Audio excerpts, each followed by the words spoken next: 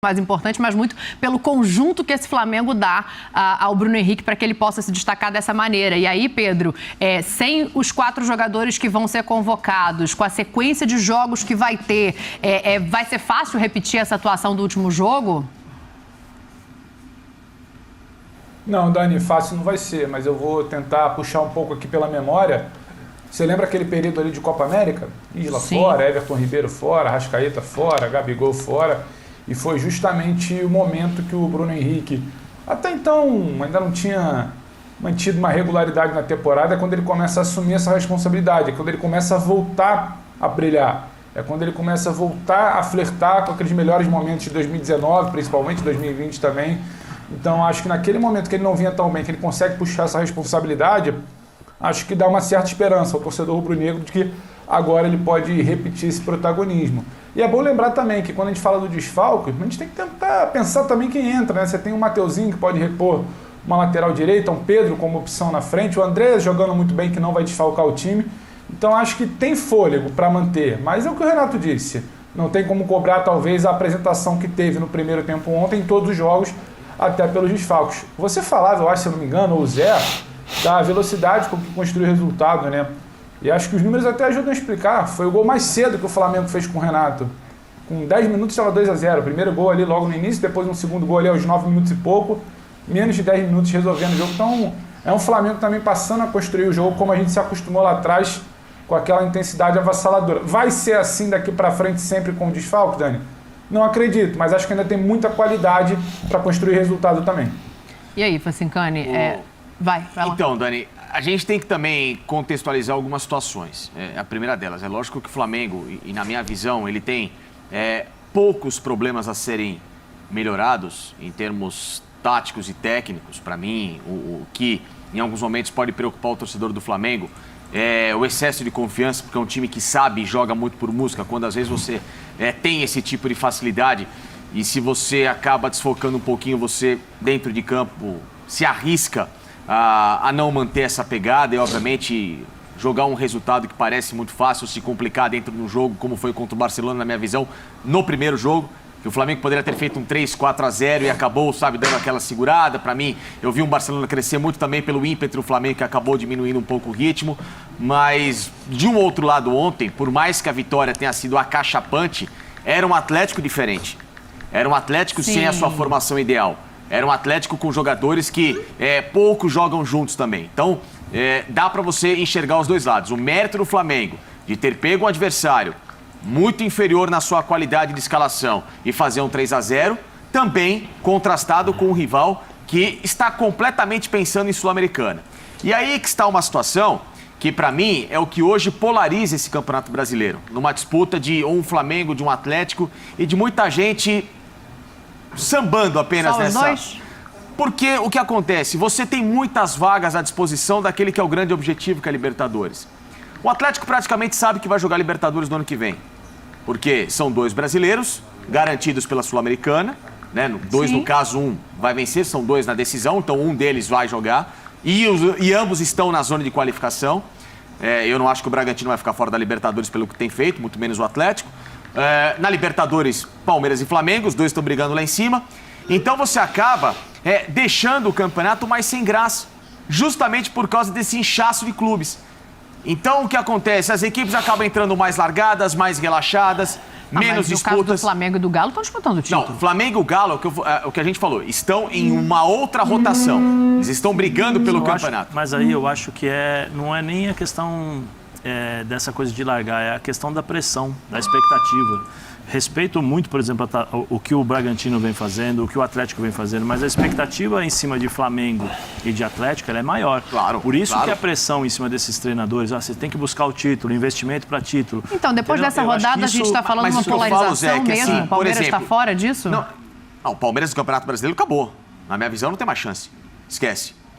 Campeão brasileiro, esquece o Palmeiras. Na minha visão, esquece. Só um milagre. Mas tem muitos jogos. Só milagres, Para mim, só milagre. Do jeito que o Palmeiras tem jogado e pontuação... Sim, eu até concordo com você que o jeito de jogar não anima tanto. Mas eu acho que não dá pra gente descartar tanto assim. Eu acho que existe ainda a possibilidade, ela é remota, depende dos times da frente também, né? Perderem pontos. Mas o time do Palmeiras, talvez... Não, até o final, porque ele nós já... protocolarmente vai jogar o campeonato, mas agora, na questão de disputa, esquece. O que eu falo, Dani, é que assim, poderia ser um campeonato com menos vagas para Libertadores e com uma disputa muito mais acirrada. Por exemplo... Só um minutinho. Você lembra que eu falei da Conmebol que queria mudar o regulamento? Esquece, o Facincani já está querendo mudar o regulamento. O Facincani já está isso, querendo é porque, por exemplo... mudar o regulamento. A gente não precisa chegar na porque aí Conmebol. a gente não teria essa disputa entre aspas polarizada também muito, porque outras equipes já estão mais ou menos confortáveis nessa história de eu vou jogar Libertadores no ano que vem. O Atlético vai jogar, o Bragantino vai jogar, talvez o Fortaleza jogue. E aí a gente vê um campeonato que, sabe, poderia ter um tempero maior, um desespero maior desses caras brigando pela quarta vaga. Mas aí eu coloco uma pergunta para você. A culpa é dos clubes brasileiros? Claro que não. Claro que não. O regulamento está aí. Se nós tivéssemos times argentinos competitivos, times uruguaios competitivos e outras equipes, nós estaríamos falando sobre eu nem digo deles, G7, assim. Claro, eu nem digo deles. Eu digo que dentro do nosso campeonato já tem muita vaga. Ele já oferta muita vaga. Mais a somatória de quem pode ser campeão, de revalidar um título como o Palmeiras, já abre mais uma vaga. Sim. De um Atlético Paranaense ganhando de novo a Sul-Americana, um Bragantino. Então você vai abrir praticamente 10 vagas, metade do campeonato vai jogar Libertadores. Então, 9, né? 9. Então, nem 9. Vamos colocar quase 50% do campeonato. Vou ligar na Conmebol. Não, eu gostaria muito, você pode mandar sugestão e fazer um novo regulamento. Mas o que eu digo é isso, as rodadas, elas poderiam ter um caráter de disputa, de interesse maior. De um Atlético ontem, entrando com uma formação muito mais forte para bater de frente com esse Flamengo.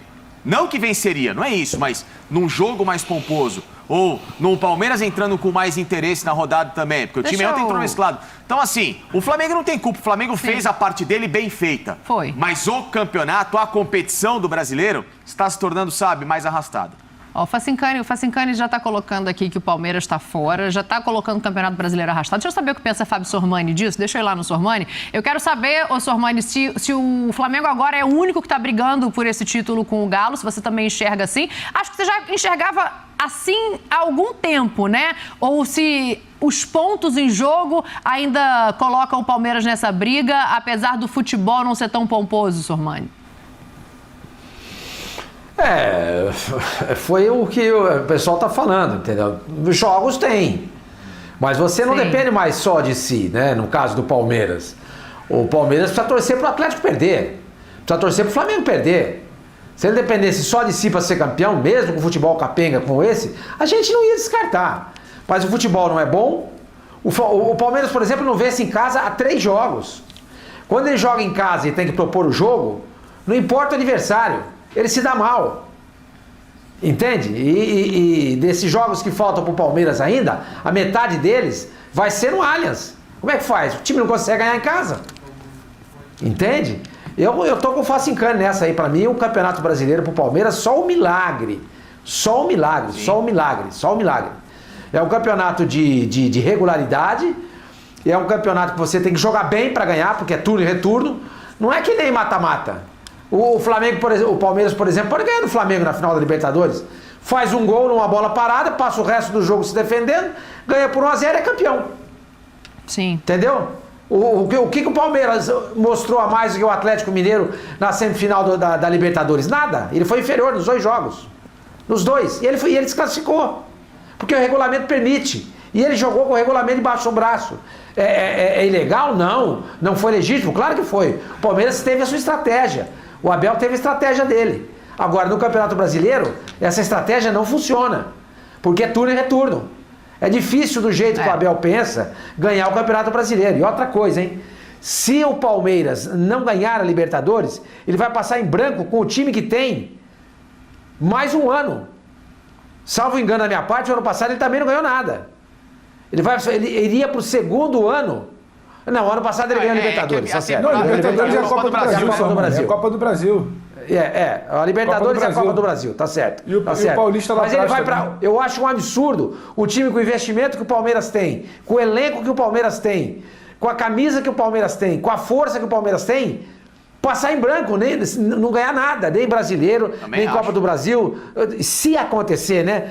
Libertadores, sei lá o que, o Campeonato Paulista, alguma coisa, um time com essa potência tem que ganhar. O Atlético Mineiro, por exemplo, já se garantiu ali no Mineiro.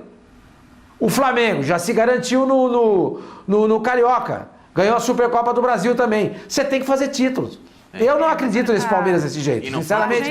E tenho dito isso aí várias vezes. E Sormani, não foi por falta de oportunidade, porque ele teve 2 taças aqui, ó, agarrada na taça. Ele pegou as 2 taças, ele segurou a taça, só faltava erguer. Contra o Flamengo, de 2 pênaltis que o Palmeiras tinha de vantagem, era só colocar um pra dentro. Era dar um canudo no gol e ganhar pra fazer isso aqui com a taça. Ele pegou a taça e largou, entregou pro rival. O Sormani fala do... Contra o Defensa e Justiça, então, mais ainda. Porque foram 2 jogos. Contra o Flamengo era um só de Supercopa. Então, é o que acontece. Tudo pode acontecer, tal, beleza. O Flamengo é mais time. Sim. Era natural que o Flamengo vencesse, mas o Palmeiras teve a chance. Vai lá e mata o jogo, amigo. Tem que ser grande ali. Coloca o pênalti pra... Contra o Defensa foram 2 jogos de Recopa. E um torneio legal pra caramba. Venceu na Argentina, abre 1-0 em Brasília. Aqui, ó, deixa... E aí, meu, é o seguinte, você pegou a taça, ele abraçou a taça, saiu assim com a taça, assim, minha, não, ninguém toma a taça e não sei o quê. E ele conseguiu perder a taça. Olha então, aqui assim, pra o Sormani tem razão nesse Olha aqui sentido. pra mim. Calma, Olha aqui pra mim. Eu estou calmo. Respira. Eu estou respirando. Respira. Eu só estou encenando. Eu estou encenando, é diferente. Deixa eu fazer uma ponderação aqui. História. A gente ele tem vai, razão, a gente vocês não vai estão dando falar da razão pra ele. defesa do Palmeiras. R$1 milhão por ano, todo ano, desde 2016, trabalhando com robôs.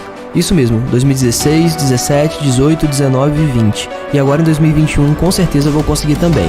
Eu tenho uma máquina de fazer dinheiro na minha mochila e vou te mostrar como você também pode ter a sua. Quer saber como? Clica no link aqui embaixo desse vídeo e vem comigo. Esse é o João Pedro, o maior especialista do Brasil em geração de renda na internet e o único que já transformou a vida de mais de 30 mil alunos. Encare uma realidade. Para a crise não te derrubar, você precisa ganhar mais dinheiro. Conheça o passo a passo simples e garantido para faturar online pelo menos de R$100 a R$500 por dia, de forma quase automática. Clique agora no link na descrição do vídeo para transformar a sua vida e começar a lucrar hoje mesmo.